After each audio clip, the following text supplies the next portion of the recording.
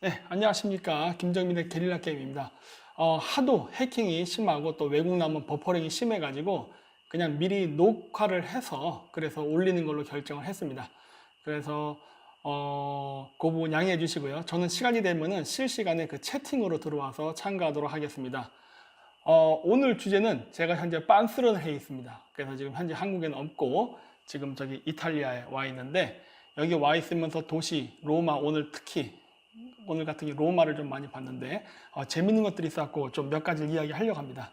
근데 이제 뭐 하기 전에 또 이제 해외 뉴스를 또 안 볼 수가 없잖아요. 그래가지고 그 해외 뉴스 몇 가지 좀 보고 그리고 이제 본론으로 바로 들어가도록 하겠습니다.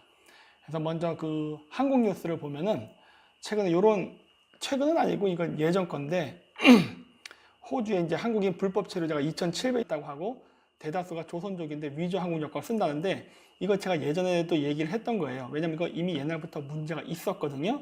그래서 현재 앞으로 이제 한국하고 미국과의 관계가 나빠지고 그리고 이제 그 우리나라에 이제 외국인들 지금 조선족이라든가 중국인들 많이 들어오게끔 지금 법을 바꾸고 있죠. 이거 이제 진행되고 나면은 한국 여권의 메리트가 사라질 겁니다. 그 여러분들 해외여행 해보시면 아시겠지만 그 한국 여권이 미국 여권보다 좋습니다. 왜냐면 갈 수 있는 나라가 많아요. 예를 들어서 거기 그 러시아를 갈 때에도 러시아를 갈 때는 미국은 비자를 받아야지 우리는 필요 없어요. 그리고 그 이 여러 나라를 움직일 때 제3세계 이런 데도 우리는 되지만 미국은 안 되는 경우가 상당히 많거든요. 그래서 한국 여권이 되게 좋습니다. 근데 지금 중국 사람들이 이러한 것들을 악용을 해가지고 지금 자기네들이 지금 요 혜택을 받으려는 거거든요. 그래서 한국이 친중이 되는 순간 한국으로 많은 중국인들이 몰려오기도 하겠지만은 플러스 이 제도를 이용해서 많은 중국인들이 한국 여권을 가지고서 그 호주라든가 뉴질랜드, 그 다음에 미국, 캐나다로 이민을 가는데 한국 여권을 사용할 가능성이 매우 높아지고 있습니다. 그래서 제가 한국에서 친중 정책을 방관하다가는 여러분들이 해외여행도 타격을 받을 수 있을 것이라고 얘기한 거예요. 이게 조만간 실현될 가능성이 매우 높습니다. 왜냐하면 지금 우리 그 문재인 정권은 미국 입장에서는 그 안전하지 않은 그러니까 동맹 국가가 아니거든요. 그러다 보니까 지금 우리나라가 외국인에 대한 법을 많이 풀면서 그 중국인들이 한국의 여권을 이용해 가지고 한국인으로 국적 세탁을 해서 캐나다나 미국으로 이민 가는 그러한 사태를 방지하기 위해서 까다로워질 수가 있습니다. 그렇게 되면 여러분 유학이라든가 이민도 매우 어려워져요. 투자 이민도 마찬가지입니다. 왜냐하면 중국의 공산당 당 간부들의 자식들이 많은 돈을 가지고 오기 때문에 그러니까 돈 많이 갖고 들어오는 투자 이민이에요. 원래 보통 미국 같은 데도 투자 이민은 받아주지만 그게 한국인으로서 투자 이민을 한다고 환영이겠지만 그게 중국인인데 국적 세탁을 해서 온 한국인이라면 문제가 있겠죠. 따라서 이런 것들을 구별하기 애매해지면은 그냥 한국인까지도 그 함께 불이익을 당할 일이 있습니다. 그래서 현재 그것이 진행될 가능성이 점점 커지고 있어요. 그래서 이 기사가 바로 그런 것들을 얘기하고 그다음 이제 위챗은 악마와의 계약, 편리함 대가로 개인정보 모두 유출, 미국 학자 경고했다는데 이건 이미 우리나라에서 일어나고 있습니다. 안타깝게도 카카오톡 같은 경우는 텐센트가 지금 장악했죠. 그리고 이제 네이버 같은 경우도 마찬가지고. 근데 사실 우리나라는 안전한 게 없습니다. 다 지금 중국에 장악됐어요. 그래서 뭐 저희도 피해서 쓰려고 노력은 많이 합니다만 그게 생각같이 되지를 않습니다. 그래서 울며 겨자 먹기로 쓰는 것들도 있어요. 그래서 이런 것들이 사실 저희도 지금 굉장히 아쉬운 부분이고 저희도 지금 단계적으로는 저희가 쓰는 그런 단톡이라던가 여러 그 커뮤니티 그 SNS를 지금 다른 걸로 전환을 천천히 시키고 있는데 이미 만들어 놓은 네트워크가 있기 때문에 그거를 빨리 진행은 못 시켜요. 그래서 그런 문제가 있는데 여러분들도 새로 만드는 그러한 어떤 커뮤니티 이런 것들은 되도록이면은 중국이 장악한 적은 피해서 하시는 게 좋습니다. 어디라고 제가 얘기는 안 할게요. 그래서 여러분들 검색해 보시면 많이 나와요. 그리고 이제 한국이 20년 후부터 GDP가 급감을 한다는데 이것도 이미 예상된 바이죠. 그래서 제가 얘기했지 않습니까? 우리나라 이거 해결할 방식이 있다고. 근데 그거를 과연 우리나라가 해결을 할지 안 할지는 저도 잘 모르겠습니다. 제가 여러 가지 방법 얘기한 적 있죠? 예, 그거 해야 돼요. 이거 안 하면 2020년 후부터는 GDP도 급감하고 세계 유일의 0명대 출산율이 제로가 된다는 소리인데 이런 일도 발생할 거예요. 그럼 또 이걸 명분으로 해서 또 뭐 한다? 중국인 더 받아들이자. 이런 소리 할 게 지금 뻔해요. 예, 이것들을 지금 막아야 됩니다. 우리나라 지금 친중 정치인들이 이거를 지금 진행시키려고 하는데 이거 막아야 돼요. 일본이 2025년에 단카이 주니어들이 지금 75세 이상이 되면서 정년 퇴직을 하면서 일본 경제가 위험해질 거라고 했는데 사실 한국은 그거보다 먼저 오게 생겼어요, 지금. 그리고 이제 WTO 개도국의 특혜 문제 두고 정부랑 농업계의 갈등 폭발됐다는데 이건 아주 바람직합니다. 이런 일이 발생할 걸 모르고서 일을 벌렸던 지금 문재인 정권이 결국은 그 대가를 받게 되겠죠. 그래서 앞으로 문재인 정권 지지하는 좌파들은 급속하게 이탈을 할 겁니다. 문제는 이거를 과연 우리나라 우파 쪽 진영에서 받아 먹을 수 있느냐 없느냐겠죠. 근데 제가 봤을 때 이런 것들은 아마 저희 같은 젊은 우파들이 새로운 바람을 일으킨다면 될 겁니다. 그래서 저는 문재인이 똥볼 차는 것도 저희에게는 굉장한 기회라고 봅니다. 다만 이 기회를 너무 늦지 않은 시간대에 저희가 잡아야 경제가 나빠진 것도 회복할 수 있는데 과연 그렇게 할 수 있을지 없을지는 결국 여러분들의 몫이고 그 다음에 이제 우리 스스로도 내부적인 개혁을 일으키지 않는다면은 그러면서 단순히 떨어지는 낙수 효과만 노린다면은 실패할 겁니다. 그래서 그런 것들은 여러분들이 알아서 노력을 많이 하셔야 될 겁니다. 그리고 이제 국제 뉴스 중동부터 먼저 보겠는데 지금 미국 쪽에서 중동 특히 시리아의 쿠르족 문제 갖고 시끄러운데 이거 굉장히 신중하게 잘 봐야 됩니다. 우리나라에서는 지금 굉장히 남이 나라의 일처럼 생각하는데 이거 사실 우리나라의 일입니다. 그런데 여기 보면 터키에 대한 전략이 뭐냐는 질문에 폼페이오가 트럼프는 일단 지르고 본다라는 소리인데 이 말은 뭐냐면 지르고 본다라고 해서 이 내용 자체가 이거 봤을 때 어디야? 어디 매체냐? 여기는 안 나와 있는데 약간 중앙일보 같은데 기사 내용으로 머리 기사를 보면 굉장히 부정적인 내용이거든요. 근데 이거는 그 정치적 언사를 좀 못 알아듣고 하는 소리입니다. 지금 이 폼페이오가 트럼프가 일단 지르고 본다라고 얘기했다는 말은 뭐냐면은 다른 말로 돌려서 얘기하면 안 가르쳐 준다는 소리입니다. 우리가 무엇을 하는지 안 가르쳐 주겠다 해요. 그걸 갖다 일단 지르고 본다라고 얘기한 거거든요. 근데 이걸 일단 지르고 본다라고 써놓으니까 마치 읽는 사람 입장에서는 굉장히 트럼프 대통령이 무책임한 말을 하는 것 같은데 아닙니다. 너희들에겐 가르쳐주지 않겠다 해요. 왜? 이상한 말 할 게 뻔하니까. 그래서 그런 숨은 뜻이 있다는 것을 아셔야 되고 그 다음에 트럼프 미국 터키 만남 실패 땐 파기적 수준의 제재를 가한다는데 이거 진짜 파기적 수준의 제재는 일어날 수 있습니다. 예, 제가 여기 와서도 또 들은 많은 이야기들이 있는데 그 이야기는 아직은 이야기하지 않을 거예요. 오프라인 상에선 얘기해도 방송상으로는 아직은 얘기하지는 않을 겁니다. 왜냐하면 제가 지금 들은 이야기들이 많이 있어요. 근데 제가 이 이야기를 하기 전에 일단 우리나라가 됐던 해외 외신이 됐던 신문 기사가 나면은 그때 이야기를 할게요. 알고 있어요. 근데 이게 터키 특히 예르도안 대통령 같은 경우는 좀 손해를 많이 볼 수 있는 타격을 경제적으로 받을 수 있는 그러한 어떤 제재가 있을 수 있습니다. 그거는 제가 나중에 시간이 되면은 이야기할게요. 어쩌면 제가 여기 이탈리아에 있는 동안에 이야기할 수 있는 기회가 올 수도 있어요. 왜냐하면 관련 기사가 뜰 때까지는 좀 기다려야 되거든요.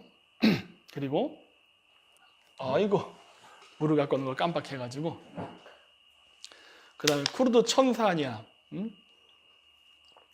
터키의 시리아 침공 미국과 상관없다. 상관이 없을 수도 있고 있을 수도 있죠. 근데 뭐 이거는 중요한 게 아닙니다. 크루족의 문제도 제가 일단은 얘기를 안 할게요. 왜냐면 제가 그레이트 게임 때 해야 될 내용들을 아껴둬야 되거든요. 오늘은 다비지 코드 이야기이기 때문에 이런 이야기들은 그냥 맛배기로만 먼저 보여드릴게요. 그리고 크루족 얘기는 오늘은 생략하겠습니다.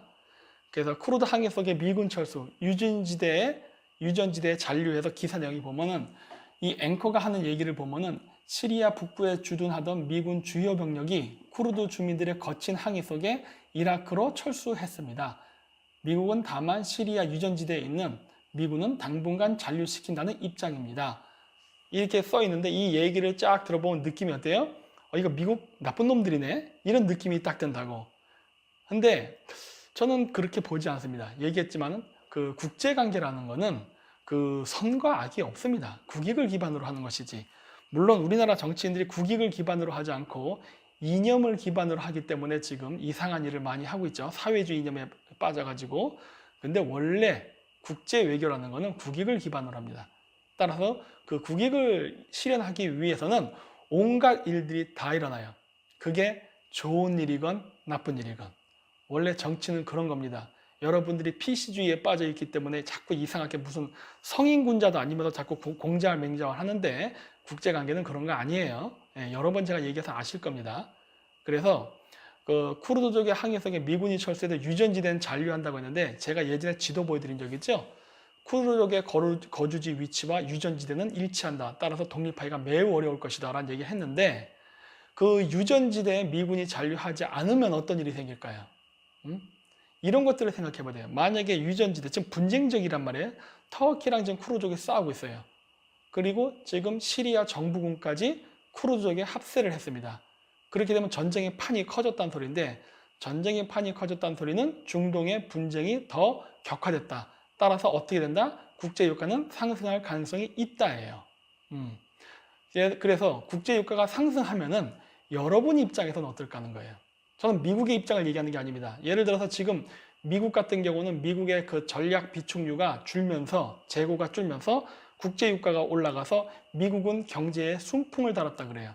즉 무슨 말이냐? 국제유가가 올라가서 미국은 돈을 번다는 소리예요. 자, 그렇다면은 쿠르족의 그 분쟁 지역에서 미군이 유전지대에서 철수한다면 어떤 일이 벌어질까요? 국제유가는 더 올라가겠죠? 더 올라가게 되면은 미국도 손해보는 장사 아니에요. 물론 많이 올라가면 미국도 손해를 보겠지만 일반 서민들은. 그런데 제가 이 얘기를 왜 하느냐? 유전지대에서 미군이 철수하게 돼서 국제유가가 올라가게 되면 우리의 국익은 어떻게 되냐예요. 우리의 국익. 여러분들 솔직히 까놓고 얘기해서 저 KBS 기자가 쿠르드족 사람들 저 힘든 삶, 독립을 하기 위해서 싸우고 막 이런 여러 가지 일들이 있죠? 이런 거에 대해서 신경이나 쓸 것 같습니까? 얘들 쿠르족에 대해서 알긴 알아? 그리고 쿠르족이 사는 지방은 가보긴 했어요? 안 가봤다고. 10중 8구. 그냥 사무실에서 펜대, 키보드 쳐가지고 기사 하나 쪼가리 저거 날리는 거거든요. 뭘 알아? 개뿔도 모르면서. 쿠르족 사람들 만나보긴 했나? 못 만나봤을걸요? 저는 쿠르족 사람들 많이 만나봤어요. 네. 그리고 그 애들하고 얘기도 해봤어요. 만약에 유전지대에서 미군이 철수하면 국제유가는 더 올라갑니다. 그러면 우리나라 같은 경기도 불경기인데 수입 물가가 올라가게 되면은 한국의 환율은 더 나빠지고 경제는 더 죽어요. 그러면 우리는 국제유가가 올라가지 않기 위해서 여러 가지 외교적 노력을 강구해야 되거든요. 근데 미국이 유전지대에서 철수하지 않음으로써 국제유가가 올라가는 폭을, 상승폭을 완화시킬 수 있다면 우리한테 좋은 거 아니에요? 에? 어떻게 보면 우리나라 군대를 파견해서라도 막아야 될 판인데 이걸 남의 나라 군대가 있다면 오히려 이건 고마워야 될 일 아닌가 하는 거예요. 외교는 아까 얘기했듯이 좋은 일이건 나쁜 일이건 깨끗한 일이건 더러운 일이건 국익을 위해서 하는 거거든요. 따라서 필요하면 하는 겁니다. 예. 근데 여기서는 이 기사는 마치 어떤 제국주의적 냄새를 풍기려는 것 같아요. 제국주의고 나발이고 간에 국익에 합당하다면 우리는 같이 가는 겁니다. 무슨 말 같지도 않은 소리를 하냐는 거예요 도대체. 응? 이런 기사를 써서 당신네들이 이익을 볼 수 있는 게 뭔데? 응? 어차피 자기도 자동차 끌잖아요. 기름 쓰고. 그럼 어디 철수해버릴까? 국제유가가 아주 개판되게? 이런 생각 없는 기사를 쓴다는 거예요. 기사를 쓰면서도 가이드라인인 게 있지 않을까? 내가 생각했을 땐. 물론 언론 검열이나 그런 통제를 이야기하는 게 아니라 그 기사를 쓰는 사람이 알 자유도 중요하지만 뭐 국민의 알 권리는 개소리 하잖아요.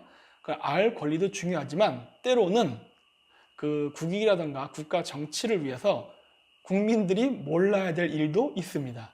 이게 참 어려운 부분이에요. 이게 참 어려운 부분이긴 한데 이 기사는 내가 봤을 때 굉장히 마음에 안 드는 기사예요. 그래서 제가 하나 올려봤습니다. 이 국익을 생각하지 않는 기자인 것 같아. 그냥 이념, 이데올로기에 빠져가지고 PC주의를 얘기하는 거야. 평생 쿠르족 만나보지도 못한 주제. 그리고 트럼프 IS 수장 훌쩍대며 개처럼 죽었다. 48분간 잔혹 묘사. 와, 이 기사 보고 제가 쇼크 먹었어요.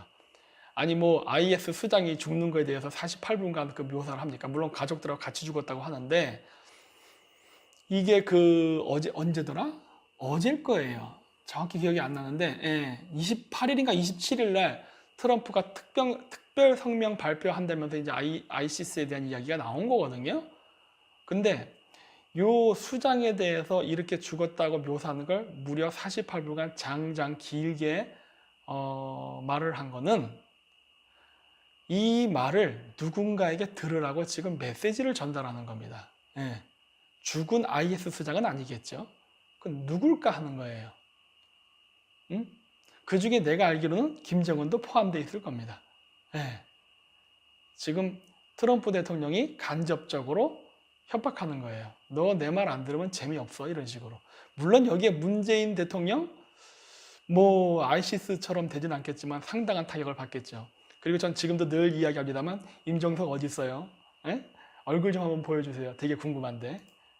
그리고 아까 얘기했던 그 내용인데 트럼프 아이시스 수계 알바그다디 사망 공식 발표 미 작전 중 자폭 뭐 어쨌든 같네. 어떤 식으로 죽은지는 저는 알 수 없지만 뭐 공식 발표의 내용과 실질적인 사망은 다를 수도 있거든요. 그건 중요한 게 아니에요. 어쨌든 같네. 빠이빠이죠. 예. 자, 이러한 일들이 과연 남의 나라 일일까 생각해 보십시오. 자, 이제 국제 뉴스로 넘어가서 이제 북한하고 중국 뉴스인데 트럼프가 대통령이 될 때 오바마가 한 말이 있답니다. 북한이 앞으로 가장 큰 문제가 될 것이다. 그 말은 틀리지 않습니다. 예, 저도 이 말에는 동의해요. 뭐 북한이 뭐 코딱지 맞는 나라고 뭐 큰 일을 어떤 일을 하겠느냐 하는데 합니다. 뭘 하고 있냐? 핵 확산을 하는 일을 하고 있고 그 다음에 암호화폐를 확산시켜서 국제 질서를 교란시키려 하고 있어요. 그런 일들이 지금 북한에서 많이 일어나고 있습니다. 따라서 북한은 큰 골칫거리예요. 이런 나라 살려두면 안 돼요. 예, 근데 지금 이런 나라를 살려두고 있는 게 문재인 정권이죠. 이거 문제 있습니다. 그러니까 여러 가지 그 정보를 알면은 북한을 바라보는 시각이 달라져요. 근데 일반 국민들 그런 거 모르잖아요. 예? 그리고 이런 메시지를 던지는 메신저를 또 공격하는 일들을 하고 열심히 하고 있죠, 지금도.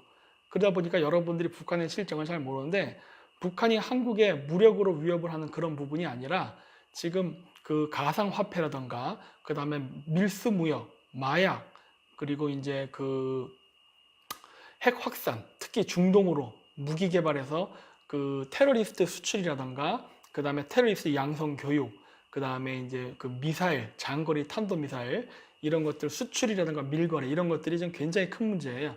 이런 거에 북한이 개입이 돼 있습니다. 그래서 이거 가만히 냅두면은 북한 때문에 세계의 그 질서가 교란이 될 수 있어요. 그래서 그 세계 평화를 위해서도 북한 문제는 반드시 짚고 넘어가야 됩니다. 네? 그 무슨 낭만적 민족주의에 빠져가지고 뭐 우리 민족 개소리 하는데 지금 그런 거 따질 상황이 아니라는 거예요. 북한이 지금 굉장히 위험한 선을 넘었어요. 그랬고 북한이 생화학 무기 지속 개발을 했다고 주장하는 게 최근 청문회 10월 18일 나왔어요. 핵 확산도 중요하지만 생화학 무기도 중요합니다. 예. 이 생화학 무기가 개발됐다는 거예요. 그러면 이 자금은 어디서 왔냐는 거예요. 북한같이 가난하고 지금 미국으로부터 경제 제재를 당한 나라가 어떻게 저렇게 지금 핵무기, 생화학 무기 같은 무기를 지속적으로 개발하죠? 이게 어떻게 가능하죠? 어딘가로부터 돈이 왔다는 소리예요. 그 돈은 어디로부터 왔을까요? 돈의 출처를 밝혀야 됩니다. 그 돈의 출처를 숨기기 위해서 북한이 하고 있는 게 바로 가상화폐예요. 왜냐? 출처 숨기려고. 근데 우리나라에서 문재인 정권 들어서 갑자기 가상화폐에 대한 붐이 일고 있죠. 저는 미래에 가상화폐가 화폐로 쓰일 거라고 생각합니다. 저는 그거에 대해서 반대하지 않아요. 시대의 흐름을 거스르는 일은 안 합니다. 하지만 지금 일어나고 있는 가상화폐의 움직임, 개발은 굉장히 의도가 불순해요. 그래서 그러한 부분은 저는 반드시 짚고 넘어가야 된다고 보고 조사해야 된다고 봅니다. 예. 근데 그 부분을 지금 우리나라가 전혀 신경 쓰지 않고 있죠. 그리고 이제 비트코인 15%가 급등했대요. 이거 저번에 제가 그 꽝민 씨랑 방송할 때 비트코인 가격이 100만 원 정도 떨어졌었어요. 그때 리뷰라라던가 그다음에 그 화폐 가상화폐에 대한 암호 해독이 그 나오면서 그 비트코인 가격이 폭락한 적이 있었죠. 한 10%? 뭐 8%그 정도 폭락한 적이 있었는데 이게 다시 시진핑의 몇 마디에 비트코인 가격이 다시 15%가 올라갔습니다. 그러면 중국은 왜 가상화폐의 가격을 올리려고 노력을 할까요? 그리고 블록체인의 투자를 늘리란 말은 왜 할까요? 중국은 지금 돈을 숨겨야 됩니다. 미국과의 금융전쟁에서 살아남기 위해서 지금 금융전쟁을 하는데 기축달러를 기준으로 한 싸움에서는 얘네들이 금융전쟁에서 이길 수가 없어요. 그렇기 때문에 가상화폐를 개발을 하는 겁니다.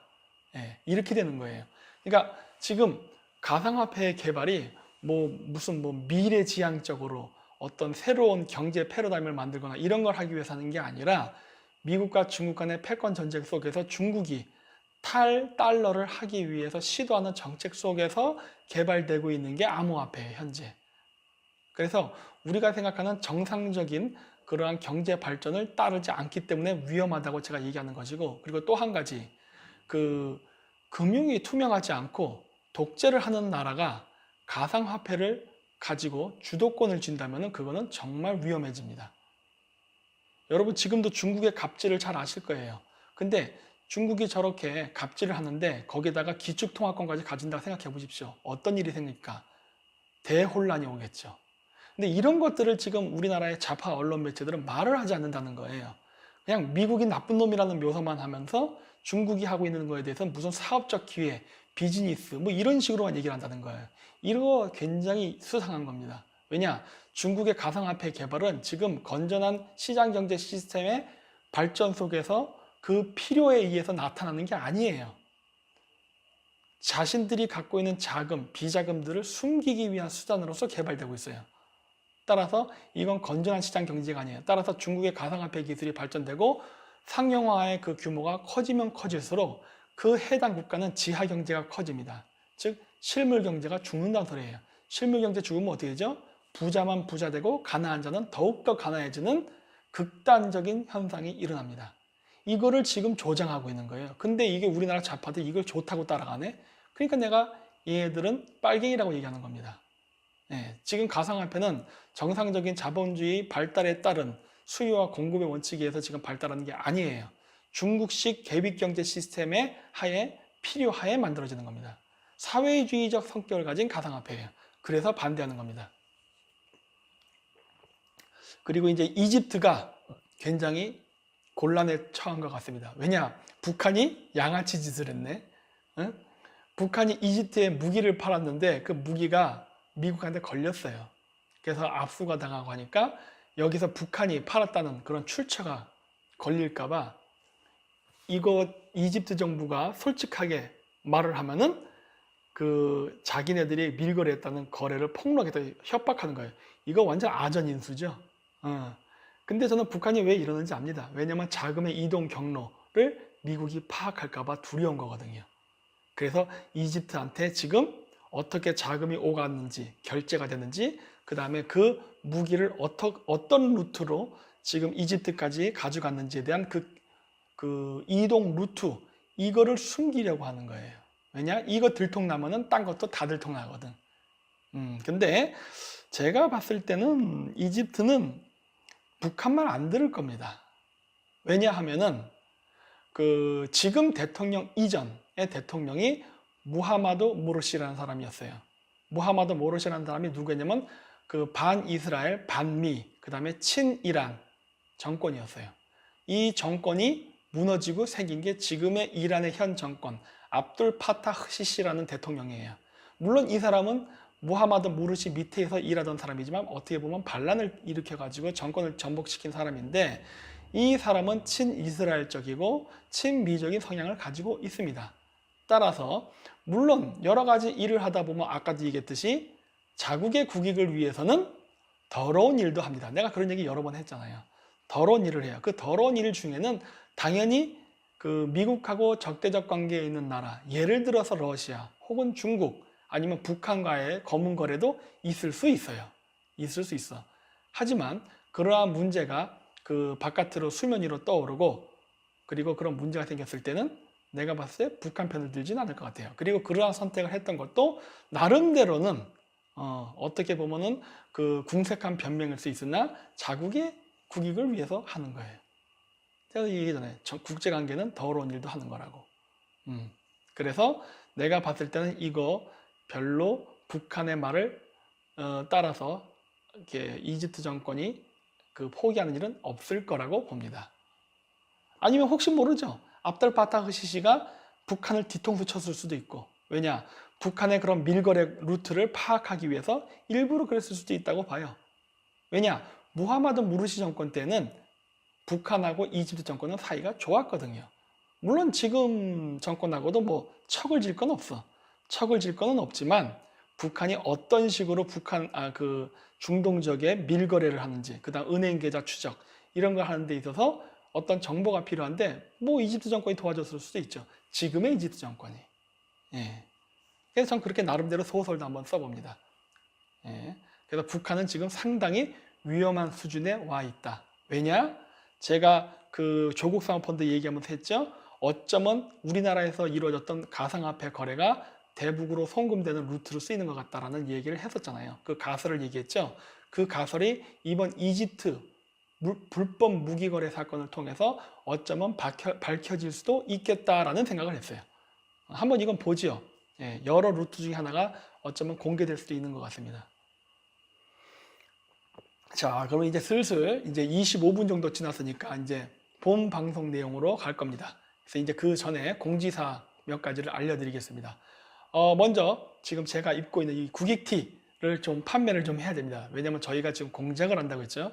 저희가 여러 가지 일들을 하는데 이제부터는 자금이 필요합니다. 그래서 제가 이제는 얘기하잖아요. 자금이 필요하기 때문에 우리가 그런 것들을 정식으로 요청한다.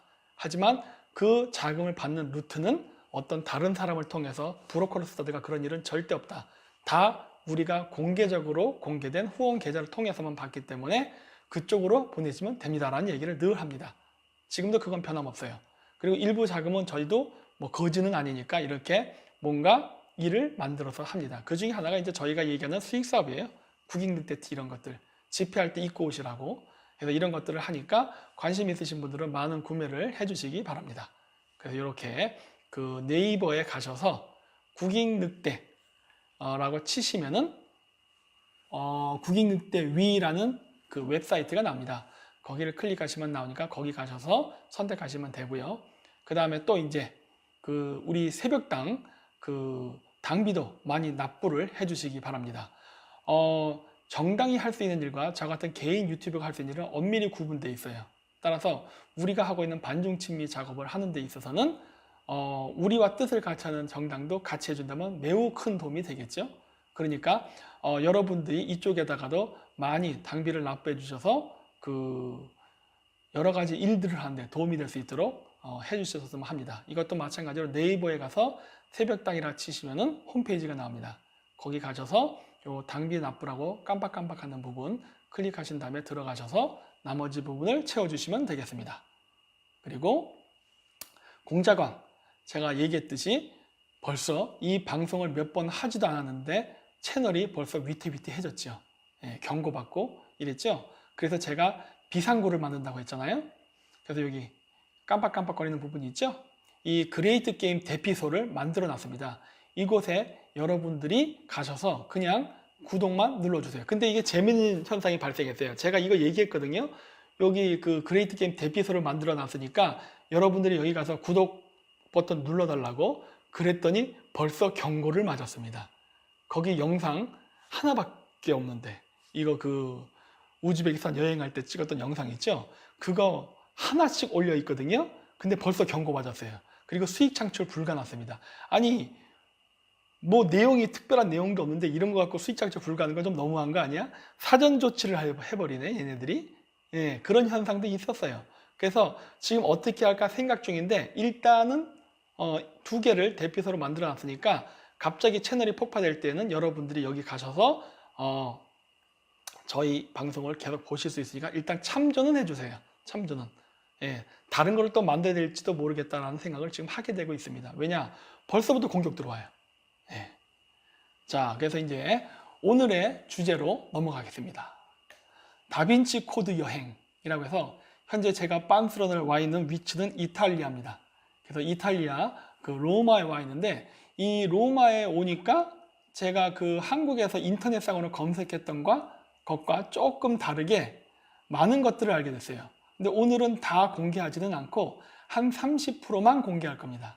나머지는 비공개 강의를 한번 또 만들어 볼까 해요. 로마 이거 정말 재밌어요. 흥미로운 도시인데 그래서 이 부분에 대해서 살짝 언급을 하도록 하겠습니다. 자, 요게 지금 구글 맵에서 보이는 로마입니다. 그래서 요 중간에 이렇게 꼬불꼬불 흐르는 강이 저게 테베레 강이에요. 네. 그리고 이게 좀 너무 크게 돼 있어서 잘 안 보이는데 요거를 이제 하나하나 이제 제가 이제 보여드릴 겁니다. 자, 여기 보시면 이렇게 깜빡깜빡하는 부분이 있죠? 요게 모양만 보셔도 아실 거예요. 이게 바로 바티칸입니다. 네. 그래서 요 일대에 고대 로마 도시가 있었죠. 그래서 지금 이 지역 일대를 걸어 다니면서 지금 보고 있어요. 하루에 한 10시간씩 걸어 다니고 있습니다. 네. 그래서 이게 위키피디아로 보면은 로마라는 도시는 7개 언덕 위에 세워졌다라고 해서 로마의 7 언덕, 그래갖고 어디 보자. 내가 이탈리아를 잘 모릅니다.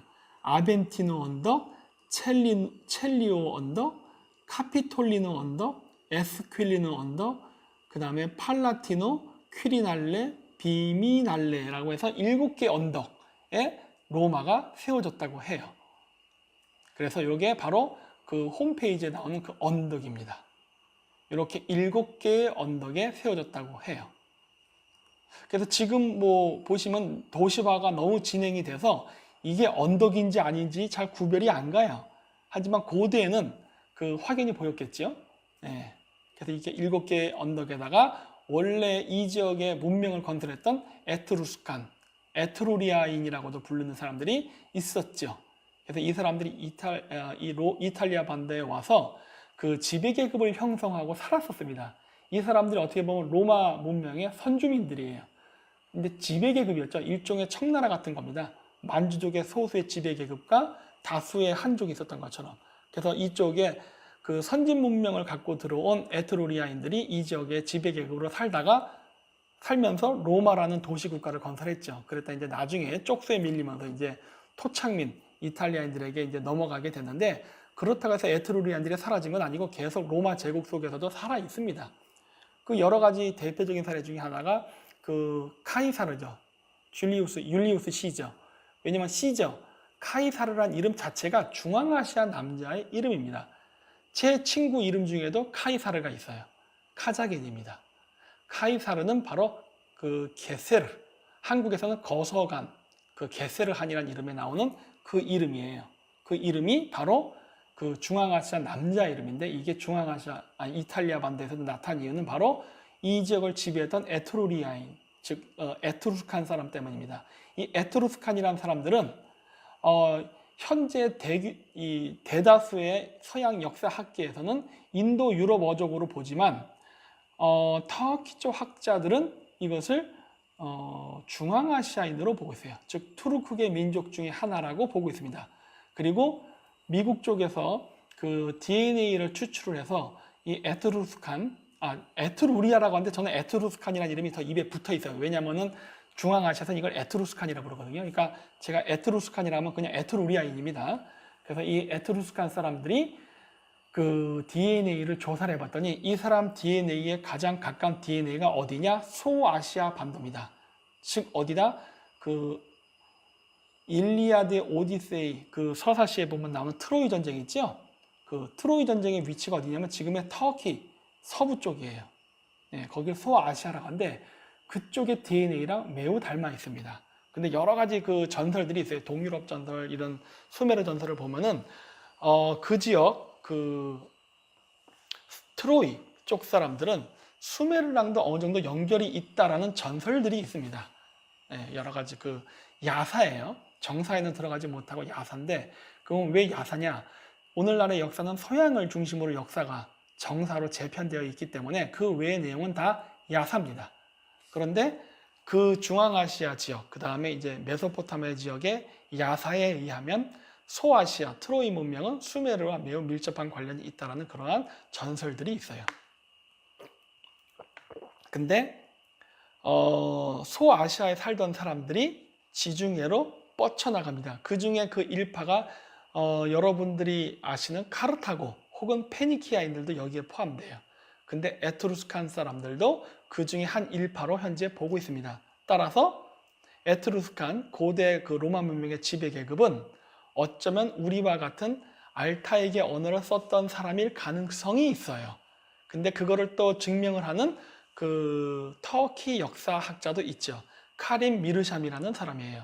현재 나이가 90세 이상 됐는데 지금도 살아계신지 아닌지 저는 잘 모르겠지만 그 사람에 의하면은 에트루스칸 사람들은 그 중앙아시아 계통의 사람들이다라는 이야기를 많이 해요. 근데 저도 이탈리아 와서 느끼는 건데 상당히 이 지역 사람들의 정서나 문화가 비슷하다는 걸 느낍니다. 자, 그리고 요거는 그 지도예요. 지도인데 왼쪽 보이는 지도는 그 빨간색 선으로 해놓은 게 바로 로마시고 그 안에 써 있는 이름들이 아까 얘기했던 7개의 언덕입니다. 그리고 오른쪽에 보이는 지도는 현재의 로마의 그 도시 모양이에요. 그리고 이렇게 제가 파란색으로 그 색을 칠해 놓은 게 바로 왼쪽 지도에 보이는 7개의 언덕을 표시해 놓은 거예요. 현재 로마시에.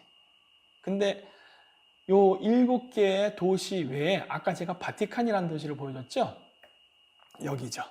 예, 바티칸이 이쪽 위치에 있습니다. 자, 이 얘기를 제가 왜 하는지 그 제 강의를 들으신 분들은 감 잡는 분들이 벌써 계실 겁니다. 왜 그러느냐?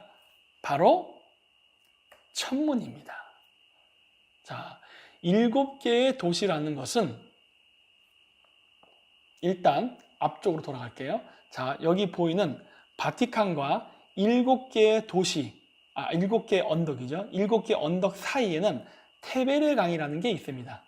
이 테베레 강이 저는 처음에는 한국에 있을 때 인터넷상으로 검색할 때는 은하수라고 생각했어요. 물론 그게 틀린 건 아니에요. 그건 후기입니다. 하지만 고대 에트루스칸이 왔던 시절에는 그때는 저게 은하수가 아니라 천문학적 별자리로는 자, 표시할게요. 용자리를 상징합니다. 용자리. 이 용자리를 테베레 강으로 보고 있고 그 양쪽에 7개의 언덕에 해당하는 로마시가 바로 북두칠성을 상징해요. 그리고 여러분 북두칠성은 뭐 할 때 쓰는 별이죠? 북극성을 찾을 때 쓰는 별이죠. 바로 바티칸의 위치가 바로 폴라리스, 즉 북극성의 위치에 바티칸이 위치해 있다는 걸 알 수 있습니다. 그리고 아까도 얘기했죠? 원래 로마를 건설한 사람들은 로마, 이탈리아, 즉 토착민이 아니라 바로 중앙아시아로부터 건너온 그 에트루스칸 사람들이다. 따라서 이들이 갖고 있던 북극성 신앙이 로마시를 건설할 때 영향을 끼쳤을 가능성이 매우 높아요. 그래서 7개의 언덕이라는 상징적 위치에다가 로마시를 건설한 것도 다 이것과 관련이 있다라고 봅니다. 그리고 그 북두칠성의 건너편에는 바티칸이 있어야 되고, 북극성이 있어야 되거든요. 그래서 그 위치에 바티칸. 그리고 여러분, 바티칸은 그 기독교 성당이지만은 카톨릭, 원래 바티칸 위치에는 다른 종교의 성전이 있었다는 거 여러분 다 아실 겁니다. 바티칸 밑에는 미트라 신앙의 성전이 있어요. 원래 미트라 신전이 있던 거를 헐고 거기다가 바티칸 그 궁전을 지은 거거든요. 나중에 검색해서 보세요. 원래 그랬습니다. 그래서 원래 이 지역에는 다른 고대 종교의 성전이 있었습니다. 바로 제가 봤을 때는 에트루스칸 시절에 있었던 북극성 신앙과 관련했던 신전이 있었고 그게 미트라 신전이 됐다가 나중에 바티칸 궁전이 된 게 아닌가라고 보고 있어요. 네. 그래서 앞쪽 지도랑 다시 이렇게 비교해 보세요. 자, 요거는 근데 제가 개인적으로 찾은 겁니다. 네. 이게 어디 인터넷 출처에 있는지 전 몰라요. 이건 제가 그냥 천문 지도를 보면서 제가 찾아낸 거예요. 네. 이건 제 개인적인 학설이에요. 그러니까 제 개인적인 학설이니까 참고를 한번 더 들으십시오. 개인적인 의견입니다. 제가 여태까지 중앙아시아에서 연구한 스키타임 문명을 기반으로 해서 로마시를 바라본 관점이에요. 근데 저는 얼추 맞을 거라고 봐요. 그래서 가운데 테베레 강은 천문학적으로는 용자리이고 그 사이로 해서 좌우에 로마시를 그 다음에 북극성을 상징하는 바티칸이 있다. 그리고 이거는 원래 고대 다른 종교의 신전 위치에 그냥 카톨릭이 덮은 거라서 오늘날도 그 위치에 신전이 있는 것이다라고 보는 거예요. 자, 그렇다면은 이 바티칸이 북극성을 상징해야만 그것이 제가 말하는 이론이 입증이 되는 겁니다. 그래서 자, 그 다음 챕터 다빈치 코드 여행해서 바티칸에 대해서 볼게요. 근데 요거를 보기 전에 봐야 될 게 뭐냐면 제가 이번에 올 때 그 친구의 추천으로 이 책을 봤어요. 이 푸코의 진저라는 책을 봤는데 3권이라는데 이제 1권 봤습니다. 봤는데 이 내용 보면은 제가 연구했던 내용하고 상당히 비슷한 내용들이 많이 나오대. 깜짝 놀랐어요. 사실 저는 이런 거 본 적이 없어요. 저는 본 적이 없고 그냥 천문, 하늘의 별을 기준으로 해서 제가 나름대로 연구한 거, 그 다음 플러스 여러 가지 제가 말할 수 없는 여러 가지 노하우 이런 것들을 통해서 배우고 알게 된 것들인데 상당히 닮아 있더라고요. 물론 이 사람 잠깐만 보자. 이 사람 아마 유태인이지 않을까 싶어. 생김새가. 근데 어쨌든 간에 유대교에 대해서 조예가 있더라고요. 근데 저랑 너무 닮아 있어요. 근데 사실 저는 유대교를 기반으로 하지 않아요. 우리 한민족의 전통사상과 천문학을 기반으로 했는데 너무 흡사하다는 게 놀라울 뿐이죠. 그래서 제가 맨날 얘기하잖아요. 그 한민족하고 유태인은 어떤 관계가 있는 것 같다, 고대에. 왜냐? 고대 한민족의 전통사상을 알면은 그게 얼만큼 닮았는지를 알 수가 있거든요. 그래서 제가 중간중간에 이 책에 나오는 여러 문구를 집어넣습니다. 그래서 바티칸에 해당하는 문구는 요거예요. 책사서 한번 보세요. 그 1권 62쪽에 나온 내용인데 그 내용이 뭐냐면 열쇠도 없이 철인의 장미원으로 들어가려는 자는 발 없이 걸으려는 자와 마찬가지다. 이 말을 들을 때 제가 연상되는 천문도가 있거든요. 그래서 내가 이걸 보면서 이 사람도 천문에 대한 그림 어떤 지식이 있었나 보다. 그리고 여기 보면 이 책 표지에 나오는 그림 있죠? 저것도 뭔 말인지 알겠거든. 저 그림을 보면은. 저것도 천문도예요. 네. 나중에 이건 비공개 강의에서 제가 할게요. 다 얘기하면 저는 사탄이 돼버립니다. 그래서 얘기를 할 수가 없어요. 말할래도. 자, 이게 바티칸 그 시국의 그 위에서 봤을 때 모습이에요. 독특한 디자인이죠. 이거 요즘 가보려고 했는데 이게 갈 수가 없어요. 요즘 이탈리아의 경찰 병력, 군병력이 강화됐습니다. 왜냐? 트럼프 대통령이 아이시스 수장을 죽였거든. 그래서 그것과 관련돼 가지고 이슬람 테러리스트들이 보복 공격을 하려고 할까봐 나름대로의 대비를 한 것 같아요. 관광지 곳곳에 전부 군인이 깔렸어요. 그래서 저는 그것과 관련이 좀 있다고 보는데 그래서 못 갔어요. 뭐 어쨌든 갈 겁니다. 제가 있는 기간 동안에 내부를 구경해야 돼. 바깥밖에 구경을 못 했는데 내부를 들어갈 건데 요건 위에서의 모습이고 요거는 구글에서 봤을 때의 이미지예요. 이것은 무엇일까 하는 거예요. 생긴 모양이 상당히 독특하지요. 이것이 무엇에 쓰는 물건인고 이거는 제 개인적인 연구에 의하면은 이것은 바로 여자의 자궁입니다. 네. 그리고 여러 가지 더 깊은 내용이 있는데 오늘은 그 내용은 생략하고 그냥 이 바티칸 시국의 모양은 여자의 자궁, 성기의 모습을 본따서 만든 것이다 라고까지만 얘기할게요.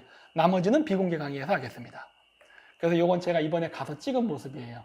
보면은 그 바티칸 궁전과 오벨리스크 이게 이렇게 일직선 정렬로 쫙 있어요. 요거를 보통 서양에서는 레이 라인이라고 합니다. L-A-Y-L-A-N-E. 레이라는 건 눕다, 놓여져 있다고. 라인, 레이는 뭐냐면 길 혹은 선이란 뜻이거든요. 길. 그 프랑스나 이런 데 가면은 고인돌이 일직선 정렬로 있는 것들이 많아요. 물론 우리나라에도 있죠. 한국 사람들 잘 모르겠지만 그런 숨은 레이 라인들이 있는데 그러한 원리로 만들어졌어요. 보통 그런 레이 라인들은 천문학과 매우 깊은 관련이 있습니다. 그래서 제가 이번에 바티칸을 가서 쭉 봤더니 역시나 있지요. 요게 지금 제가 선을 이게 찍었는데 요 부분 제가 노란색으로 칠해놨죠. 요 안쪽 부분이 바로 일직선 정렬로 있는 라인이에요. 요 라인인데 요게 다음 페이지를 보시면 이게 보이시겠지만 요겁니다. 제가 사진 찍은 부분이 바로 요 부분을 상징해요. 일직선으로 있는 부분. 요 부분이 뭐냐? 여러분들이 3월 24일 춘분 혹은 9월 24일 추분 때에 그 한 새벽 6시 반 정도 오면 해가 뜨겠죠? 일출 시간 여러분들이 직접 보시면 돼요. 그 시간대에 오벨리스크의 자리에 서서 바라보면은 태양이 저 앞에서 뜹니다. 봄하고 가을에만 그런 거예요. 저 부분에서 태양이 쭉 떠요. 그 장면을 여러분들이 보실 수 있어요. 이번에는 제가 10월에 왔기 때문에 이 부분을 볼 수가 없어요. 지금은 어디에 치우쳐 있냐면은 좀 이따 얘기할게요. 그리고 이 오른쪽으로는 하지 때 대략 6월 24일 혹은 6월 25일 경에는 지금 저 선에서 태양이 뜨는 것을 볼 수가 있어요. 그리고 겨울에는 이렇게 저 위쪽, 저쪽에서 태양이 뜨는 걸 볼 수 있습니다. 저쪽에서 태양이 떠서 지는 거예요. 그래서 지금은 10월이라서 태양이 뜨는 위치가 지금 제가 저 표시하는 봄, 가을이라는 위치가 겨울 있죠? 저 사이 중간쯤 어딘가에서 태양이 뜨고 있습니다. 그래서 태양이 뜨는 모습이 안 보여요. 그리고 실질적으로 중요한 거는 춘하추동이에요. 그 외에는 특별히 천문학적 의미가 없기 때문에. 그래서 저 모습을 오벨리스크를 중심으로 선을 그어 놓은 겁니다. 네. 그래서 그 위치를 알려주는 게 오벨리스크. 이거. 막 많은 설명을 하고 싶은데 임금님기는 당나귀기. 그리고 저는 이거는 비공개 강의 때 써먹을 거기 때문에 그때 아주 상세하게 설명을 할게요. 내가 시간이 되면은 11월이나 12월쯤에도 비공개 강의를 한번 만들어 보겠습니다. 이탈리아에 신기한 것들이 굉장히 많거든요. 그래서 바티칸의 이 시국은 이러한 식의 디자인이 있다라는 것만 얘기하겠습니다. 더 깊은 얘기는 안 할게요. 그리고 여러분들이 흥미롭게 봐야 될 것은 바로 오벨리스크입니다. 제가 지금 보여드리는 모든 장소에는 오벨리스크가 있어요. 네. 여러분 유럽 여행 가시면 오벨리스크 굉장히 많아요. 오벨리스크는 이집트 문명의 그 산물이거든요. 근데 그것들이 유럽의 곳곳에 특히 주요 그 관광 명소, 뭐 관광 명소지만 옛날 땐 이게 궁전 혹은 신전이었죠. 이런 곳에 굉장히 많은데 그냥 만든 거 아니에요. 그리고 이거 그냥 그 위치에 놓은 게 아닙니다. 다 의미가 있어요. 하지만 이거는 비공개 강의 때 하겠습니다. 그리고 또 제가 봤던 것 중에 하나가 나보나 광장인데 이것과 관련된 내용은 69쪽에 나오는 이 책 69쪽에 나오는 내용이에요. 그래서 내용이 뭐냐? 처음에는 오로지 처음에만 YHWH 이걸 히브리어로 읽으면 이게 야훼입니다. 이 이름을 짜맞추는 것으로 시작하라. 짜맞춰진 것을 읽어보고 바퀴를 이리 굴려보기도 하고 저리 굴려보기도 하듯이 두루마리를 말아보기도 하고 펴보기도 하듯이 이 사람 말장난해. 여러 각도에서 음미해보라. 이 말은 포인트가 있어요. 그대로 두면 안 된다. 이 말도 핵심이에요. 그리고 이 이름이 그대로 공굴리기를 이기지 못해 그대의 상상력이 일으키는 혼란, 그대의 생각 속에서 공굴려지는 것을 이기지 못해 그 내용을 강화시키거든 이름은 그대로 두고 그 이름으로 돌아가 물어보라. 여기에 힌트가 있죠. 그 이름에서 나온 지혜의 말씀 한마디가 그대 손에 잡히기까지 그 이름을 떠나지 말라. 옛날 사람들은 말장난을 되게 좋아한 것 같아요. 그러니까 어떠한 지식을 알려줄 때 1 더하기 1은 2 이렇게 가르쳐주는 게 아니라 상대방이 어떠한 지식을 찾아올 수 있게끔 힌트를 주면서 이렇게 끌어옵니다. 일종의 그 낚시처럼. 그래갖고 하나하나 단서를 주면서 그 단서를 따라오게 하는 그러한 일을 많이 했거든요. 근데 서양인들도 그러니까 이건 유태인이구나. 어쨌든 이 사람들도 똑같은 방식을 써요. 그러니까 힌트를 굉장히 많이 남겨놨어요. 그래서 너희들이 이게 뭔지 알 수 있는 방법에 대해서 힌트만 주고 나머지는 너희들이 스스로 찾아라 라는 식으로 이렇게 가는데 이게 왜 나보나 광장과 관련이 있느냐? 나보나 광장을 위에서 보면 이렇습니다. 이렇게 타원형으로 이렇게 그어져 있죠. 여기가 원래 그 마차 경기장이었어요. 원래는. 지금 이제 이렇게 관광지가 됐지만 로마 시대 때는 여기가 마차 경기장이었습니다. 그래서 이렇게 그려져 있는데 이 중간에 보면은 양쪽에 분수대가 있고 가운데 물론 분수대이기도 하지만 오벨리스크가 서 있어요. 그래서 이렇게 하나 그리고 중간에 오벨리스크가 있고 그 다음에 또 이렇게 호수가 있어요. 그리고 재미있는 거는 여기 보이지만은 오벨리스크가 있어요. 오벨리스크 늘 나옵니다. 중요 위치에는. 오벨리스크 밑에 보면은 이렇게 분수가 있는데 그 위에 바티칸 상징이 있죠. 보이세요? 위에. 그 오벨리스크 밑에 보면은 그러니까 이제 오른쪽 사진을 보세요. 오른쪽 사진에 보면은 가운데 쪽 위에 보면 바티칸 교황이 쓰는 모자, 그 다음 열쇠 2개가 딱 있죠. 저게 바티칸의 상징이거든요. 의미가 깊지요. 아까 앞쪽에 그 내용이 뭐였죠? 여기서 봐야지. 저 페이지를 거꾸로 돌아가지 말고 여기에 있었는데 그 내용이 뭐였냐? 힌트가 있었는데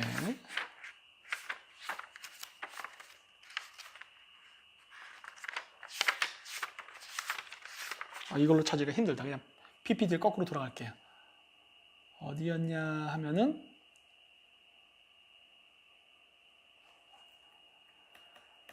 어디 보자. 여기 있죠. 열쇠도 없이 철인의 장미원으로 들어가려 하는 자. 이 말하고 매우 깊은 관련이 있거든요. 열쇠도 없이 장미원, 장미.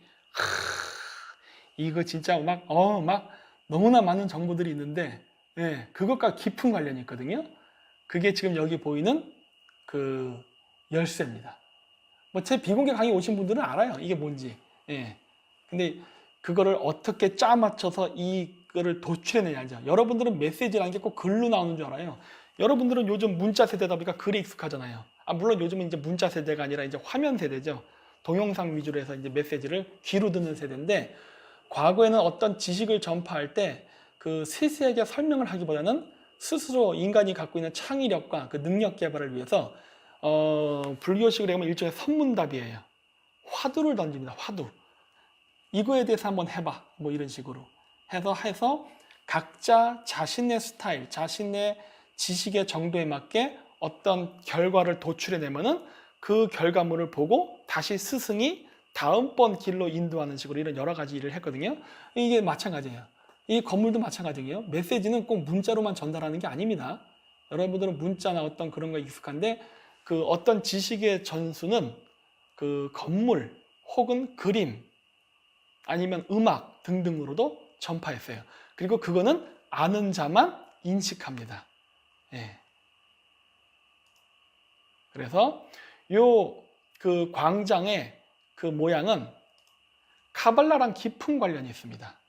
그래서 그 가운데 있는 두 개의 호수와 가운데 오벨리스크는 바로 요 부분이에요. 왕관 케테르, 그 다음 중간이 러브인가? 그리고 맨 밑에가 킹덤이거든요. 왕국에 관련된 것으로 맨 위서부터 하면 토성, 태양, 달이에요. 수비학적으로는 3, 6, 9입니다. 토성 3, 태양 6, 달 9예요. 그래서 여러분들이 좋아하는 게임 369, 369 게임하고도 관련이 있죠. 그거를 게임화 시킨 거죠. 그래서 요 세 개의 그 주요 포인트를 나타내고 있어요. 그리고 여기 카발라도 보면 아시겠지만, 카발라는 그 힌두교든가 불교에서 얘기하는 차크라, 즉 쿤달리니죠. 이것과도 깊은 관련이 있어요. 단 유대교와 그 힌두교나 불교에서 얘기하는 차크라의 차이점은 그 포인트가 불교나 힌두교는 7개 차크라를 얘기하고, 유대교 카발라에서는 10개라고 얘기하는 게 차이점이에요. 숫자가 다른데 이거에는 집중할 필요가 없습니다. 왜냐? 여기 보시면은 유대교 카발라에서는 2개로 포인트가 되는 부분이 있어요. 3번과 2번, 5번과 4번, 8번과 7번 2개로 대칭이 되어 있죠. 이 대칭이 되어 있는 건 왜 그러냐면은 유대교도 마찬가지로 소우주란 개념이 있기 때문이에요. 인체 자체가 소우주입니다. 그렇기 때문에 인체학적으로 보면은 이쪽에 뇌가 좌뇌, 우뇌 2개가 있거든요. 그리고 허파가 2개입니다. 그렇죠? 그리고 요 밑에 보면 신장이 몇 개 있어요? 2개가 있어요. 그래서 2개씩 표현한 거예요. 그래서 저걸 하나의 세트로 보는 건 동양식 관점이에요. 왜냐? 그냥 허파예요. 그냥 허파. 2개지만 우리는 하나로 인식하잖아요.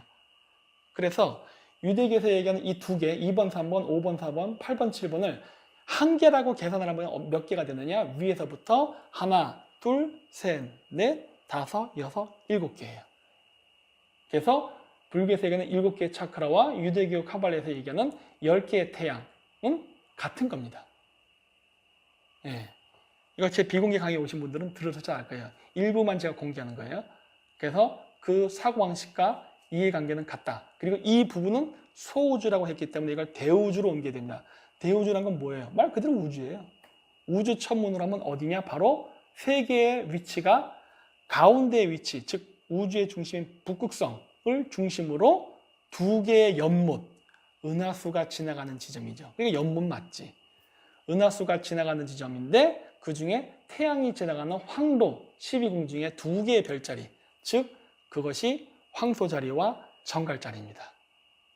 그래서 그 3개의 포인트죠. 요거를 우리가 원형 경기장으로 만든 거예요. 제가 지금 보여드린 건 천상열차 분야지도인데 원형 경기장 그런 데 있죠? 원형 경기장에서 뭐예요? 마차 타고 뺑뺑뺑뺑 돌죠? 예. 태양이 어떻게 돌죠? 북극성을 중심으로 뺑뺑뺑뺑 돌죠? 저 현상을 스포츠화한 겁니다. 천문 현상을 스포츠 경기화한 거예요. 그리고 스포츠 경기, 우리가 오늘날 스포츠 경기라고 하지만 올림픽이 됐던 많은 경기는 원래는 종교의식으로부터 유래한 거예요. 그리고 그 종교의식의 그 재래는 어디로부터 왔다? 천문 현상을 본따서 한 거로부터 유래했습니다. 그래서 뺑뺑뺑뺑 도는 거에 있는 거예요. 바로 이 천문도, 북극성을 중심으로 별이 돌듯이. 예, 요거를 묘사한 겁니다. 자, 그래서 이렇게 가운데 위에 있는 거는 힌두교나 불교에서는 7개의 차크라예요. 7개 차크라. 그리고 요 밑에 있는 거는 유대교에서 얘기하는 카바라입니다. 물론 다 인체에 비유해요. 인체에 비유해. 그래서 아까 얘기했죠? 7개 차크라는 10개의 차크라와 같은 것이다. 유대교의 10개 태양, 카발라와 같은 것이다. 그리고 이건 또 어디로 연결되냐면 오른쪽 그림입니다. 그 뱀 속에 사람이 있는 그림인데 이게 영지주의 기독교, 즉 그노시스라고 하는데 여기서도 마찬가지예요. 인체를 황도 12궁으로 묘사합니다.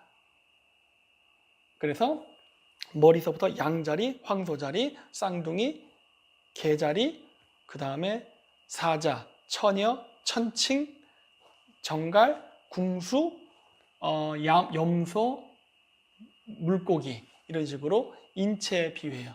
그래서 황도 12궁도 인체에 비유합니다. 근데 이렇게 되면 어떻게 되느냐? 영지주의 기독교에서는 숫자 12, 황도 12궁이 나오고 불교에서는 7개의 차크라, 유대교에서는 10개의 태양이에요. 그럼 이거 다르잖아. 숫자가 7, 10, 12가 나오잖아요. 근데 다 공통점은 뭐다? 우주를 인체에 비교하고 있다는 게 공통점이죠. 다만 숫자만 달라요. 근데 이 숫자가 다른 건 제가 이제 교정을 볼 수 있습니다. 왜냐? 그것은 우주를 바라보는 시각의 차이니까. 여러분 여기 아까 보니까 그 야훼 얘기 나올 때 나오잖아요. 야훼란 이름을 처음에 집중하고 그 다음서부터는 빙빙 굴려봐라. 뭐야? 이리 굴려보고 저리 굴려보고 이런 얘기 나오죠? 이 우주의 별자리의 이동을 계속 관찰을 하면은 이 세 가지가 다른 것처럼 보이지만 같다는 게 보여요. 바로 각도와 시야의 차이입니다. 그래서 이미 유대교랑 그 불교 힌두교의 그 차크라는 같다는 거 얘기했죠. 인체공학적 차이 때문에 그랬다. 좌뇌우뇌, 허파, 신장 2개씩인데 이걸 하나로 본다고. 자, 그랬던 것이고, 그럼 영지주의에서 얘기하는 황도 12궁이 그러면 왜 같은 거냐? 여러분 태양이 뜨는 위치, 그래서 그걸 보는 거거든요. 1년은 12개월이지만 태양이 뜨는 위치는요 7군데입니다. 그래서 그 하지 6월 25일에는 태양이 동쪽에 가깝게 떠요. 동쪽으로 많이 치우쳐서 뜹니다. 동쪽에 많이 치우쳐서 뜨기 때문에 낮의 길이가 긴 거예요. 그래서 7, 8, 9, 10, 11, 12 이렇게 겨울로 갈수록 태양이 뜨는 위치가 동쪽에서 서쪽으로 이동을 합니다. 그래서 6월 달에는 가장 동쪽에 가깝게 뜨고 그 다음에 7, 8, 9, 10, 11, 12 동지 때까지는 서쪽에 가깝게 가요. 태양이 뜨는 위치가. 그리고 나서 다시 동지가 지나고 1월이 되면 어떻게 되냐? 다시 동쪽으로 이동하기 시작합니다. 1, 2, 3, 4, 5, 6 다시 7, 8, 9, 10, 11, 12 1, 2, 3, 4, 5, 6 이러면서 숫자 8자 모양, 우리가 수학의 세계는 무한의 숫자 있죠? 요거 메비우스의 띠처럼 생긴 거, 이게 여기서 나왔어요. 태양의 움직임에서 무한 반복하거든. 그러면서 태양이 뜨는 위치가 어떻게 되냐? 1년 12개월 동안에 6, 7, 8, 9, 10, 11, 12 7군데. 왜? 다시 또 백도 하니까. 그래서 1년 12개월 동안 태양이 뜨는 위치는 7군데입니다. 바로 불교에서 얘기하는 7개의 차크라와 황도 12궁은 같은 얘기예요. 따라서 유대교, 힌두교, 불교, 그 다음에 기독교는 기본이 같다라는 게 여기서 나와요. 인체. 그리고 여기서 얘기할 때 이게 또 그리스 철학의 영향을 받아서 사원소, 물, 불, 바람, 흙이라는 게 나오거든요. 물, 불, 바람, 흙을 연결하면은 이스라엘의 국기에 나오는 육방성이 나옵니다. 물, 불, 바람, 흙. 그런데 요거를 바로 바꾸면은 야훼라는 히브리 글자가 나옵니다. 우주에도 있고 인체에도 존재하죠. 왜냐? 다 우주이기 때문에. 이런 것들이 고대 철학이 같다는 걸 알 수가 있어요. 그리고 또 이제 그 판테온 신전도 보면은 특이점들이 많죠.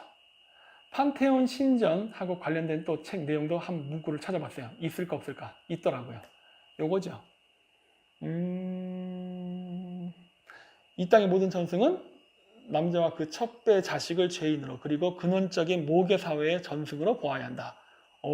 이 얘기를 제가 하는데 이건 사실 바티칸하고도 연결되어 있어요. 자, 먼저 위성 사진으로 본 구글에서 본 판테온 신전의 모습이에요. 위에서 아래를 쳐다본 거예요. 물론 저 가운데 구멍 뚫린 저 건물이 저게 판테온 신전인데 그 앞에 빈 공간이 있죠? 저기가 광장입니다. 근데 광장에 뭐가 하나 딱 있죠? 저것도 오벨리스크예요. 항상 오벨리스크 있습니다. 자, 오벨리스크가 있는데 이건 무슨 차이점이 있느냐? 바티칸하고 판테온 신전은 좀 다릅니다. 뭐가 다르냐? 바티칸 신전은 이렇게 뭐 이런 모양으로 생겼잖아요. 이렇게 이 모양. 이 모양이 어디를 향하고 있냐면요. 동쪽 방향을 향하고 있어요.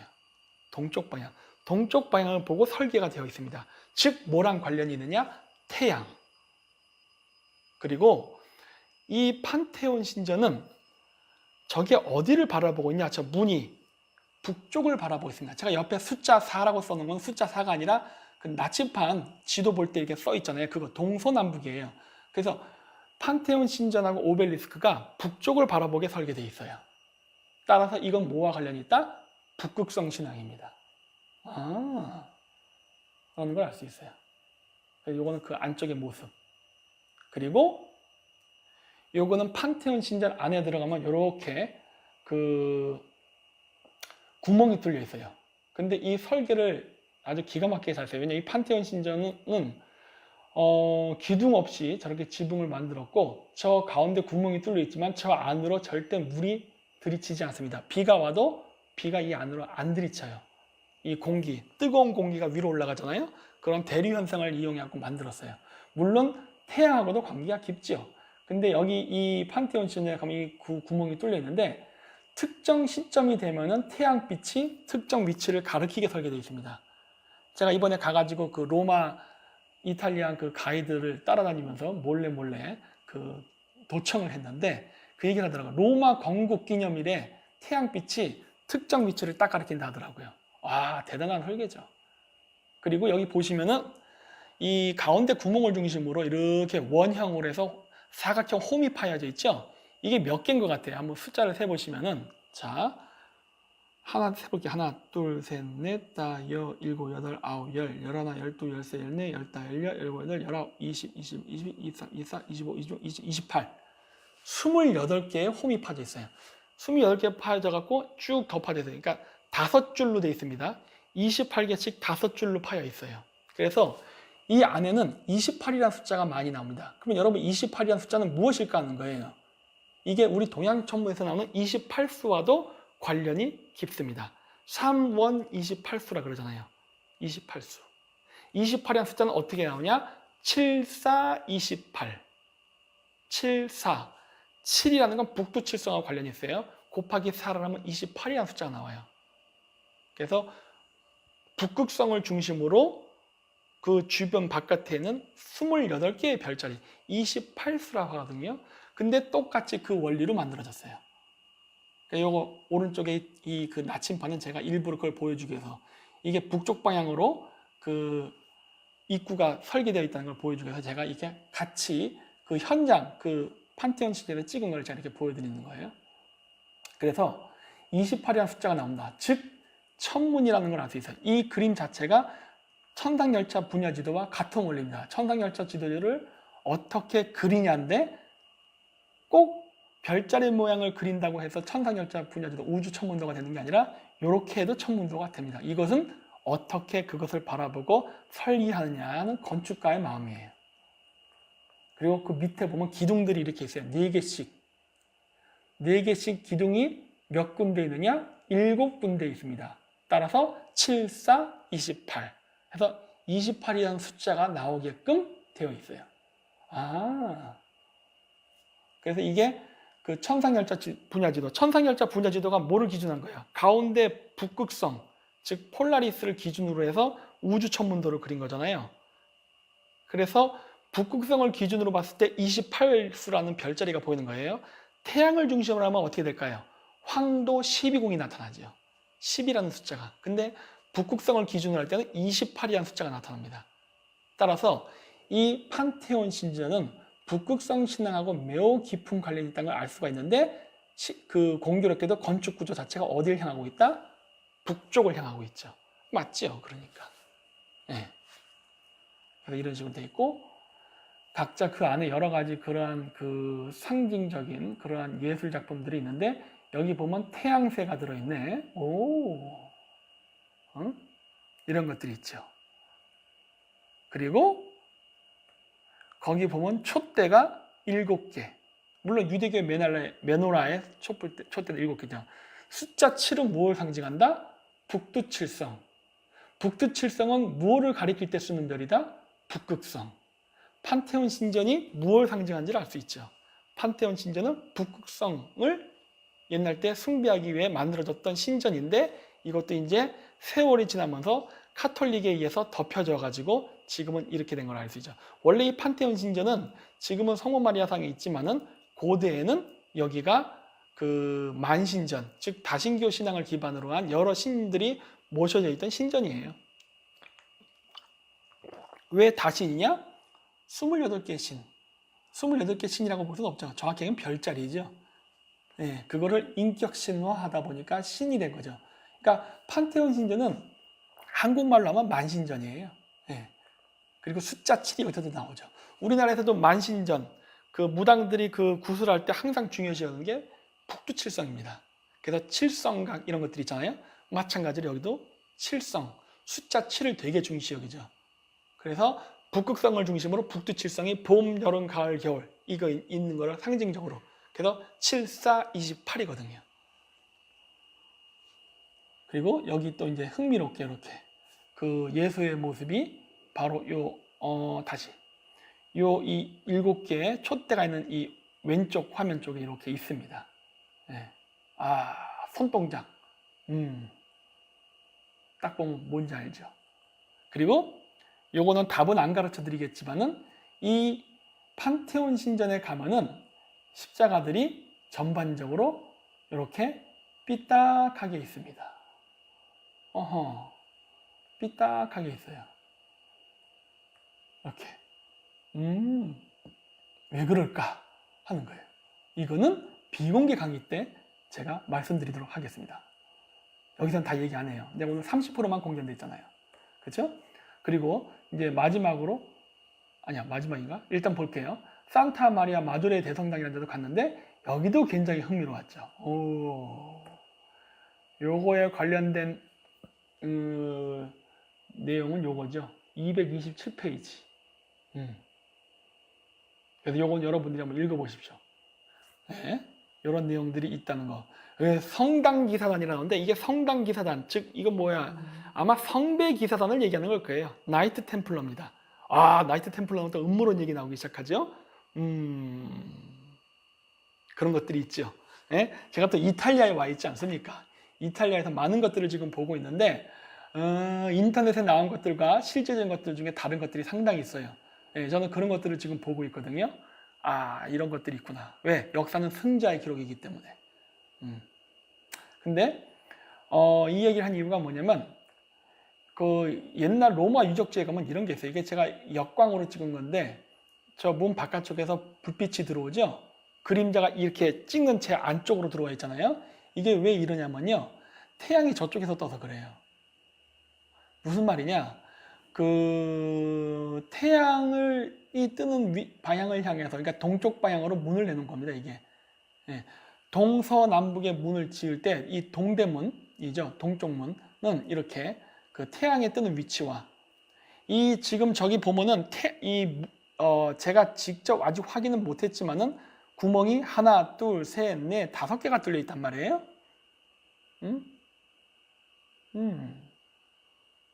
이 구멍이 뚫려 있는데 양쪽에, 그러니까 2개의 큰 구멍 말고 맨 왼쪽, 맨 오른쪽에 조그맣게 구멍 뚫려 있죠? 그리고 가운데도 조그맣게 구멍 뚫려 있죠? 이거 10중 8구, 가운데 뚫린 조그만 구멍은 봄하고 가을, 즉 충분하고 추분 때 태양이 저쪽 방에서 뜰 겁니다. 저 구멍으로 태양이 뜨는 위치가 보일 거예요. 그리고 오른쪽 구멍은 여름, 왼쪽 구멍은 겨울일 겁니다. 물론 이거 제 추측이에요. 이거는 제가 나중에 그 절기에 맞춰서 와서 이 문 앞에서 그 촬영을 해야만 그걸 정확히 고증할 수 있는데, 저 구멍 뚫린 위치로 봤을 때는 그래요. 왜 세 군데냐? 그럼 큰 구멍은 뭐냐? 이건 사람들 들락날락거리는 길이니까. 예. 한쪽은 들어가는 길, 한쪽은 나가는 길이겠죠. 예. 그렇게 하는 거고, 나머지 이 구멍 위치는 바로 그 절기를 알려줄 수 있는 그러한 목적으로서 구멍을 뚫어놨을 가능성이 높아요. 이건 즉 태양빛이 어디로 들어오냐에 따라서 지금이 몇 월인지를 알 수가 있거든요. 이 원리를 알면은 그 실크로드 이동할 때도 굉장히 유용합니다. 그래서 이런 습성을 봤을 때 얘네들의 건축 방식이 중앙아시아인들과 매우 닮았다는 걸 아는 거예요. 물론 중앙아시아인들은 건축물이 없습니다. 왜? 천막을 치니까. 왜냐면 고대 철학사상 통치념은 천막을 쳤어요. 그건 제가 비공개하게 때 얘기했으니까 그때 나중에 시간 되시면 오시면 제가 자세히 설명해 드리겠습니다. 그래서 이렇게 문이 정확하게 방위각을 맞춰서 만들어졌어요. 이거는 동쪽 방향을 바라보고 설계되어 있습니다. 그리고 이 산타 마리아 마조레 성당, 대성당인데 여기서 뭐 산타 마리아니까 성모 마리아죠? 예. 그래서 이게 교황 시스투스 3세 때 만들어졌는데 동정녀 마리아가 공식적으로 예수님의 어머니로 선포된 것을 기념하고 축하하기 위하여 만들어졌다 해서 이 성당은 성모 마리아를 위해 만들어진 성당입니다.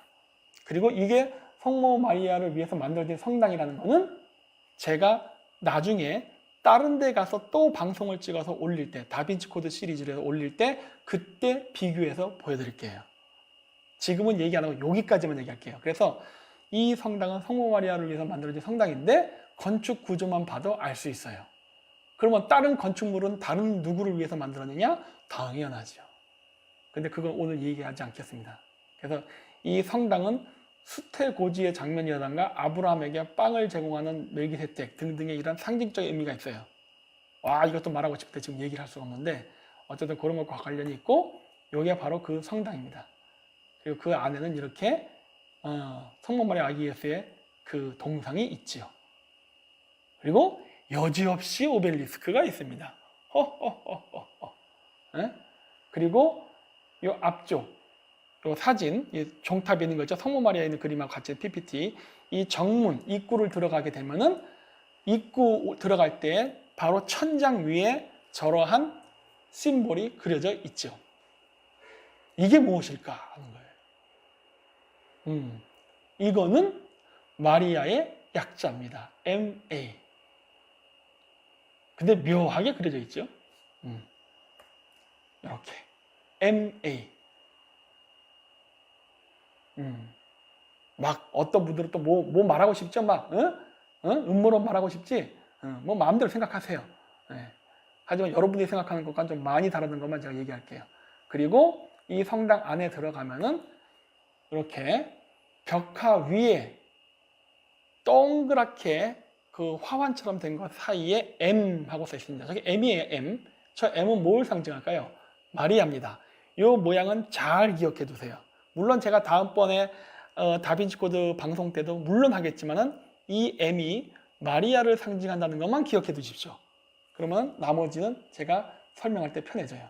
그리고 얘가 성모 마리아를 기념해서 만든 성당이라고 했기 때문에 거기에 당연히 성모 마리아와 아기 예수가 많이 그려져 있어요. 성년 예수보다는 아기 예수가. 이것도 중요하죠. 왜 그럴까 하는 거죠. 임금님기는 당나귀기죠. 그리고 그 입구 쪽에 보면 이렇게 스테인드 글라스가 있는데 이거를 확장해서 보면은 이렇게 되어 있죠. 오른쪽에 있는 게 성배입니다. 그리고 왼쪽에는 1, 2, 3, 4, 5, 6, 7, 8, 9, 10이라는 숫자가 써있네. 1, 2, 3, 4, 5, 6, 7, 8, 9, 10. 10이라는 숫자는 무엇을 상징할까요? 물론 카발라에도 숫자 10이 나옵니다. 그리고 동양에서도 당연히 나오죠. 그게 뭐다? 10간입니다. 가불병정 무기경신 임계 10간지 뭐 하여튼 그거 있잖아요. 그렇게 부르는 태양과 관련이 있습니다. 그리고 그 위에는 메노라 촛대가 있네. 그리고 그 위에는 새, 그 다음에 십자가. 와, 이걸 보면은 뭔지 알죠? 벌써 여기 문장이 나와요. 문장. 네. 꼭 문장이라는 게 뭐 나는 너를 싫어한다, 좋아한다 이런 문장이 아니라 그림으로써 문장이 완성됩니다. 왜냐? 한자의 원리가 뭐예요? 상형 문자잖아. 상형 문자의 조합으로 여러분들이 문자로 인식해서 메시지를 받아들이죠? 네, 그 원리와 똑같아요. 그래서 그림을 보면 메시지가 보입니다. 말은 할 수가 없죠. 제가. 근데 그런 것들이 여기 써 있어요. 그래서 성모 마리아와 아기 예수랑 관련된 메시지들이 무진장 많이 나온다는 거. 그리고 그 위에, 그 가운데 장식장인데 메인 그쪽에 보면 그 안에도 이렇게 태양과 새의 조합이 있습니다. 그래서 이런 식으로 많은 상징물들이 있어요. 이거 더 얘기해주고 싶은데 이거 얘기하게 되면 욕먹을까봐 말을 할 수가 없네 진짜. 하지만 굉장히 많은 것들이 있고 더 자세한 내용은 제가 비공개 강의를 만들어서 할게요. 그리고 지금 제가 조사를 더 해야 돼요. 그리고 지금 제가 책을 쓰기 위해서 사진을 찍고 있는 거거든요. 그렇기 때문에 모든 자료가 수집이 돼야 되고 그리고 그 자료를 바탕으로 이야기하기 때문에 많은 것들을 제가 말을 아끼고 있습니다. 저 기둥에도 지금 이파리가 막 타고 올라가고 있죠. 저게 뭘까 하는 거예요. 이게 다 의미가 있어요. 네? 그래서 많은 것들이 심볼들이 여기 있는데 이 심볼은 제가 이 빤스런이 끝날 때 하는 마지막 다빈치 코드 여행하고 결국 합쳐져서 결론이 도달할 겁니다. 그러니까 그때쯤 되면 제가 상당히 많은 부분에 대한 내 나름대로의 답이라고 해당되는 거를 말씀드릴 테니까 그때 한번 참조해 주시고 판단은 여러분에게 맡기겠습니다. 그래서 오늘은 제가 빤스런을 해서 게릴라 방송을 혹시라도 또 방송 터질까봐 미리 이렇게 녹화해서 올려놓으니까 나중에 제가 시간이 되면 채팅으로만 참여하도록 하겠습니다. 그래서 오늘 게릴라 방송은 이것으로 마치고 좀 내가 깊게 자세한 설명을 못 해드린 부분은 정말 죄송합니다. 왜냐하면 이거는 그림이 완성돼야만 제가 할 수 있어요. 그리고 제가 말을 못한 부분들은 여러분들이 한번 수수께끼를 한번 해결해 보십시오. 그래서 나중에 제가 하는 마지막 빤스런 다빈치 코드 방송과 결론이 같은지도 여러분들이 한번 찾아와 보세요. 왜냐? 답은 여러분들이 찾는 것이지 제가 주는 것이 아니기 때문입니다. 그래서 오늘 게릴라 방송은 이것으로 마치도록 하겠습니다. 네, 감사합니다.